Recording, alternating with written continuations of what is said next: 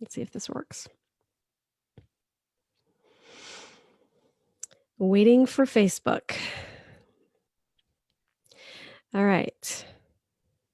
I think we're on. I think we're live. All right. So I am here with my good friend, my new friend, Anne Fernandez, and we're just going to have a little chit chat, a little conversation today. I thought it would be fun to interview her. Both Anne and I have been invited to be speakers at the Global Healers Summit coming up in December. And so we thought that we would help promote that just a little bit, but also talk about healing. Before we get into that, I want to do a proper introduction of you. And this is my good friend, Anne Fernandez. Tell me where you grew up again. I grew up in Trinidad in the Caribbean. Amazing. What an amazing place to grow up. So I can't wait to hear about that. I also want to showcase that you are a clinical or not a psychologist, but a hypnotherapist. Yes. You have training as a Reki master. Mm-hmm. Is that correct?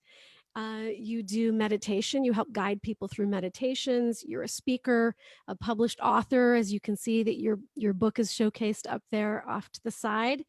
And you have over 40 years of experience in this industry of non-traditional healing. So I'm excited to hear your story, how you came into contact with natural healing and non-traditional, I guess, holistic medicine, energetic medicine. Tell us a little bit about where you grew up, how you grew up, and how you came in contact with this learning, these arts that you've developed. Okay, so yes, I grew up in a very small village on the island of Trinidad in the Caribbean, and I mean a small village. You know, it was like maybe one large block was the size of it. What was wonderful was the diversity of religion, of people, but yet we worked together as a community. It was the only way we could survive. And I think my exposure to doing things alternatively started there. I remember when we had a fever, my mom would run out to the backyard and pick something they called fever grass. Or if you had a cold, she'd put a poultice on your chest, or, and I'm sure there are people here that, are older, my age or so, that have had some of that as well. But I think that sort of embedded this idea of there are other ways, to heal. Yeah. And as far as my healing modalities that I use today, I think it all came through, even as a child, with some of the experiences I had meditating, even though I didn't have a word for it. There was not such a word back then in my village. Yeah. But the exposure to all the different religions, which I was allowed to participate in and celebrate in, and yet having this space in nature like sugarcane fields, and being able to go down to the river and sit there and watch the sugarcane fields and the alligator on the other side, and just kind of losing myself in this space. I realized I was actually meditating. Amazing. I was tapping into something other than where I was at that moment. Yeah. You were tapping into the divine, clearly. Yeah. So I feel that that's kind of where it started as a seed. And then when my family sort of, I guess in a way, I felt sort of jolted into, okay, 5 kids, mom and dad, we're going to America. Boom, out of this little village. And so I went through a period of finding myself, adjusting to the culture, all that kind of stuff. Where did you move onto the mainland? Where did you land? We just suitcase in hand and very little money. We moved to Miami. Oh my gosh. And we started out in a motel in Miami. That was life. That's how we started. You went from a tiny little village in Trinidad to Miami. Like, yes. Talk about culture shock. It was. I was 15 at the time, but wow, I was just in awe. So there was a part of me that was always adventurous. Mm-hmm. And I think that's the part of me that helps me to survive things, that I might go through. It's like, okay, I can look at this as a challenge or an adventure, you know. So yes, it was very interesting. But I went through a period of time being a teenager, a new culture, adjusting to things where I felt like I lost track of this wonderful space, this, connection, with nature and that Mhm. meditative space that I had experienced before. And so in that in between place, that's where all the life challenges came up. It was like, okay, now you get to learn. Now you get to grow on your spiritual journey. And so here, Yeah, you've um, been plucked out of paradise. Now it's time to suffer a little bit. right, exactly. And, and at the time I was unaware that the challenges, because I was still young and growing, and I didn't have the wisdom then to know, like, okay, these challenges are all for me about learning and growing. Mhm. But, I kept one thing I always knew was not to resist or fight the challenges, but to go through it. Mhm. And I have to share this with you. This came from a funny, silly thing back on the islands. We'd go out to the ocean all the time. And I remember as a kid, again, this adventurous part of me, the big waves would come in and I would jump as high as I could, to get through it, and they would just slam me down. And then one day I had an aunt, and I love older people and their wisdom. Mhm. She's standing on the beach and she yells out at me and she says, if you dive into the wave, you'll come out on the other side. And I don't know why, but that has remained like a mantra, my go to for my whole life. That's So, beautiful symbolism. yeah. And I'm very visual. So every time something happens, I can visualize just diving through it and coming out on the other side. Yeah. Yeah. Instead of trying to resist it and run from it and hide from it, Right. I think I really want to talk about your take on what healing is, because I think that the term healing and health is on everybody's minds right now, especially with all of the COVID I mean, everyone's talking about the pandemic and everybody's experiencing it in lots of different ways, right? But I want to talk to you more about what you believe healing really is, and where does good health thrive? Where does that come from? So we could spend days talking about this, as you Yeah. probably know, Hmm. because there's so many healers and healing modalities out there. Yeah. So the one go-to thing that I always try to get people to look at is, because it can be overwhelming. It's like, okay, how do I choose this? Do I choose that? Do I choose this alternative? Do I actually take conventional medicine? Hmm. So my suggestion is always sit in that quiet place, go within and ask the question. And you'll always be guided to what's right for you. So it's really tapping into your intuition and trusting, what comes up for you. Um, I can share what I went through as part of my healing journey and what helped me form and really strengthen all these different healing modalities. And so I'm going through life, ups and downs, divorce, children, single mom, all that stuff. And all those challenges, just working through them. Hmm. But about 12 years ago, I was active working with children outdoors and doing all these very active things in nature and taking people on vision quests and all of that. And suddenly, pain in my fingers and my feet. And so I go to a doctor and he says, well, you have rheumatoid arthritis and you have osteoarthritis. And so here's the medicine that we'll give you. And I'll always remember that day that something, this voice inside was so strong, and it said, don't do it. Yeah. And so I just said, I'll call you, I'll be back. And I went into my car and I sat and I screamed and cried and kicked and used language and, why me, all this stuff. But it was the best decision I ever made, because over the years, having done meditation, having helped people through energy work, and also I like to call it downloads instead of channeling, using channeling. We all channel, we all Hmm. download. Yep. Um, so through that process, having all that in my tool bag, I started to apply it to myself. It was like that, okay, physician heal thyself kind of thing. Yeah. Yeah. So The you're, wounded healer. yeah, so you're talking about this stuff. It's like, now use it on yourself.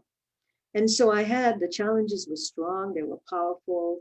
There was months of severe pain and things like that. And I was really forced to apply what I've taught for many years. So, needless to say, over the years, I've not taken any conventional medicine. I still have my ups and downs, and I apply these things that I have, taught others. But it really strengthened my hypnotherapy work, the meditation, the energy work. And, Mm-hmm.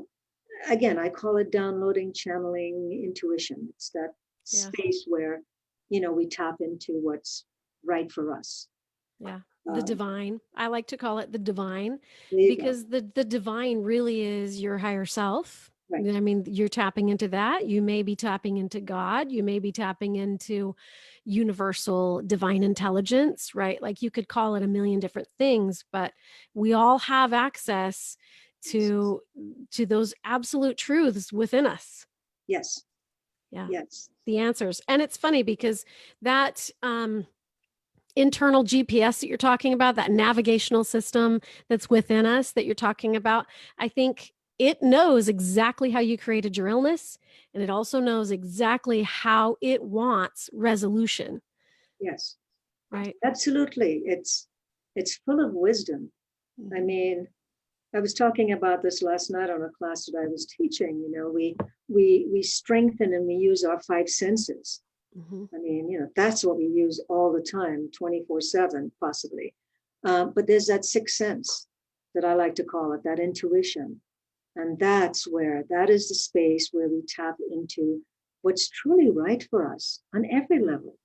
Healing, how we walk our path in this life, relationships, everything. And it's ours. We don't have to go out there to find it. Yeah. It's ours. Yeah.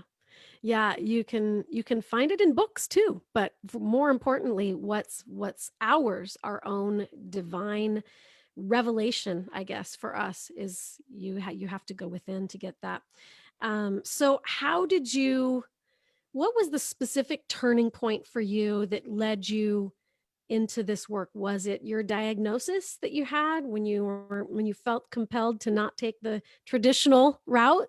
But is that where you got started on this journey to become a Reiki master and like a hypnotherapist? Is that what led to that?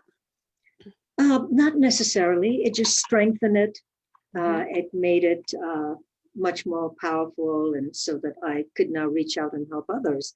Not really, because, gosh, I think over 30 something years ago, almost 40 years ago, I was already on this journey helping others. Like I said earlier, through all these different modalities. But where I feel I am now and have been for the last few years at this phase of life is, to be honest with you, the guidance of what I'm doing now and what I've been doing and what I will continue to do, it comes from that place. Yeah. And I have learned finally how to listen and trust instead of questioning it and pushing it to the background. Yeah. So, like you said, your higher self, source, God, whatever you choose to call it, that is what is now guiding me in my life and leading me. And so it's wonderful because it's effortless. My life is unfolding. Yeah. And doing this talk with you, being on the Global Healers Summit, Yeah. I do talks once a month at a spiritual center. Um, it just, it happens. And I love that word, effortless. Yes. Life becomes effortless. Yeah. And It's fun. everything just unfolds in front of you when you finally trust your higher self and allow Yeah. yourself to be guided by that. You kind of remind me of a shaman. So, and that's what shaman do in indigenous cultures. That's what the shaman of the community does, is they have trained themselves how to tap into that inner wisdom and that higher guidance that comes from the divine, that comes through the divine, in order to help other people. It's an interesting word that came out of my class as I taught in the Greater Life, Greater Impact group this morning. Somebody said, I've never thought of myself as a healer, but I've always felt that I was an advocate for that person on their behalf for their healing, because healing is an individual experience and we're all responsible for our own inner work. We're all responsible to do our own inner work, but you can definitely advocate for someone and be like a shaman or a guide or a facilitator to help somebody on their own healing journey. And I have also decided that healing is it has very much to do with our spiritual progression, our spiritual journey, for sure. Yes. It can awaken us, but it is also the process of resolution, or I guess in the Christian world they would call that repentance. Like, you got to go in and do your inner work, and you got to clean up the mess that you've made in here as a result of a lifetime of judgment that you've put upon yourself and upon others. So talk to me a little bit about that. Like, what does it look like when your clients work with you and you take them through an intuitive process to help facilitate for them or be an advocate for them? What does a typical session look like? Okay, before I go into that very briefly, you reminded me of something, as you know, that we're all healers. We're all healers. And one thing my experience, and I can say for sure, is there's this universal energy, universal wisdom. I sometimes even refer to it, depending on the group I'm talking to, like the hard drive on a computer, but we all have access to it. And on my journey, I want to empower people to really understand that they have the light, they have the power, they have the ability, just like anyone else out there in the world. So that's the journey that I am on, is to really allow people to feel that within themselves. So when I'm working with someone, having having so many tools in my tool bag, it's like, oh, am I going to use meditation today? Are we just going to talk? Is it going to be like, life counseling? Am I going to use hypnotherapy? Am I going to use channeling? Be a medium? So anyway, all these things come about, and I can plan it ahead of time. But as soon as someone shows up, and I just take that first breath and I say hello, it's like that universal guidance just says, okay, this is the tool you're going to use today. Yeah. Yeah. So I've learned too, even in my practice, I cannot plan it ahead because I get in the way if I try to make a process happen rather than just allow a process to unfold. Right. Absolutely. Absolutely.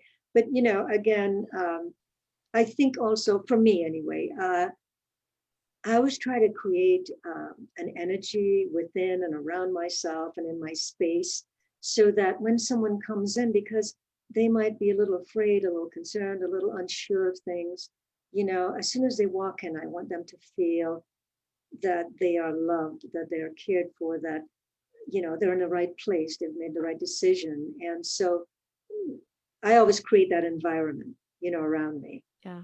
Sometimes it's quiet music or it's some incense. And with everyone, it's different, because some people, they just walk in, it's like, okay, let's get to it, so so let's you just get it done. Yeah, get it done. Yeah. And then sometimes my work is hands-on as I'm doing energy work, and other times I'm guided to, be a little separated from the client. One of the things that happens for me a lot is that as soon as I start working with someone, it's like, you can call it their spirit guides, or someone shows up. And I remember I spent the first few years like, just, okay, I'm ignoring that. That's not there. Yes. But once I just said, hey, this is what's happening, and I start sharing it with the client, sure enough, the feedback I get is like, oh, wow, yes, I'm aware of, Yeah, they already know. Yes. Yeah, I've experienced that as well. And I can't imagine anybody being in this line of work without having experienced that from time to time, because you do get very sensitive. You get extra sensitive Yes. to all of the different dimensions of a person. And what comes with the dimensions of a person on a spirit level is help from the other side. Absolutely. Absolutely. So I've learned really how to just sort of, allow that to happen. And boy, the healing is so much more powerful because it's me, it's that person, it's their guides, it's just, I always feel like the room is just full of just Yeah. healing energy. Yeah. I do Um, too. It's powerful. So, do you have a little sample or a little exercise or something maybe that you could walk us through and walk our viewers through just to experience some of your tools that you use when you work with people? Absolutely. Absolutely. So I sometimes I'll combine, I'm just so not attached to terminology, but sometimes I'll combine what I call hypnotherapy or what people might call hypnotherapy and meditation. And Hmm. it's just guiding them into that quiet space, letting go of concerns and thoughts, and just taking a few moments in that space. And that just opens up a whole lot and allows us to work together. But one of the things I feel is having mantras, having things. I have sticky notes all over the place, that are reminders constantly. Because as you know, us as healers and what we do out there, I mean, we're still on the journey. We're still being challenged. We're still having to figure it out as well, right? Yeah, for sure. Uh, so what I'd like to do is share something that can be quick and easy, and it's sort of a countdown. So I feel like when you're in the midst of things that become overwhelming, and you can just take a deep breath and you can count down from 5 to 1. It's kind of like walking down some stairs, some steps. And with each count, you can just tell yourself that you're going deeper into relaxation. And so as you step down from 5 to 4, you're really letting go of all thoughts, of all concerns, and going even deeper still. And as you step all the way down to 3, you've completely released all your concerns. And you're relaxed even more in your body and in your mind. And going all the way down now, all the way down to 3, 2, and 1. Completely and deeply relaxed. And in that space, this only takes a few seconds, in that space, there's something that has been around forever that I like to remind myself of. And it says, serenity, grant me the serenity to accept the things I cannot change, the courage to change the things I can, and the wisdom to know the difference. And just take a deep breath and bring your awareness back. And that is just one short, very quick thing that you can do anywhere, anytime. No one even has to know that you just did that, but that's one of many that can sort of bring you back to center in Yeah, that place of acceptance. I think uh, of all the tools that I have in my tool bag as well, going inside, going within and tapping into that inner stillness and Mhm. just surrendering Yes. completely and totally to that inner self, that inner stillness. Mhm. There's nothing more powerful than that. That's where all of the answers are. Absolutely. If I may share something quickly as you say that, talking about just surrendering, letting go, and just that feeling of freedom. It's so freeing. And it reminds me of all the years I spent scuba diving, traveling to different countries, and just, going deep underwater where there was that complete stillness. Mhm. And you don't feel your body, the heaviness, and the density of your body. And so that's a similar type of feeling. So in some ways I sort of became addicted to diving, Yeah. because I loved that feeling of letting go. Yeah. It's almost like an out of body experience. It is very Yeah. much so. Very Yeah. much so. Well, we're kind of getting up to the end of our chat together, but I want to give you the final word. I'm excited to get your book, by the way, Moonlight Pawnwire. I can't wait to read your story and to get more of you from that. And I invite our listeners and our watchers to go do that as well. Can they get it on Amazon? Yes, it is on Amazon. Yes. Okay. All right. However, I just wanted to say my name is actually Yasmin and Fernandez. So they can type that in and they'll be able to find my book. Okay. Awesome. Thank you. I go by Anne. Okay. Awesome. Wow. So in ending, I think how I would like to see things sort of move in the next few years, a direction, not just for myself, but for all of us, to really understand what oneness means, what connection means, what community means. And it doesn't mean running around, helping, this one or that one. I mean, it's on a much higher level, on a much more energetic level. But I must say that in order for us to be that person out there in the world, helping and assisting others, with love and compassion, we must first go within ourselves. Mhm. We must, it might sometimes seem self-centered or selfish, but we have to, just go deep within and spend that time and just work through our own inner stuff, move through it. Because each time we do that, it's so much easier to now go out in the world and understand your journey and your path and how you can better help the rest of humanity.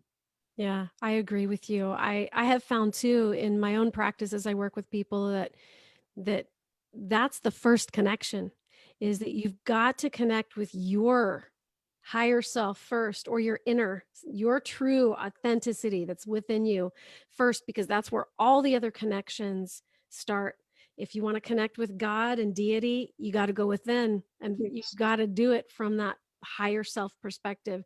If you want to Right, connect with other humans effectively, right. you must know yourself first. If you want to make those other connections out into the world, if you want to connect with truth, Yes, you have to know yourself first. You got to go to that place of authenticity, tap into that first and foremost, and then you can branch out and make all of the other vital connections that need to be made. absolutely, absolutely. I just want to end with something that has been coming up for me lately, and what it means. That saying, "Charity begins at home." Mm-hmm. To me, that's what it means. It Yeah. means within yourself, be kind and loving and caring to yourself, and then you can go out in the world and be kind and loving and caring. So Yeah. charity begins at home. Yeah, it does. It does. And it's like, we can even take this into Holy Writ and, love thy neighbor as thyself. You can't love any other being, not even God, any more than you love yourself, because that's the filter through which you're making those connections with others. Yes, So. absolutely. Thank you for being here. This was really fun. I'm looking forward to going and getting your book on Amazon, and I hope that our viewers do the same. And just a final reminder: we're going to be sending some links out to you guys. We'll post them down in the chat box below in the comments of this, where you can access the Global Healers Summit that's coming up in December. It'll be on the 12th of December is, I think, the beginning date. And you'll get to see Anne and I and a bunch of other really amazing people out there doing their work and helping others to do their inner work as well. And hope to see you guys all there. Thank you for joining me today, Anne. It was fun to get to connect with you. And hopefully we can share this around on the internet with those that this will benefit the most. And we'll talk Thank to you you, soon. Janet. Thank All you. right. See you later.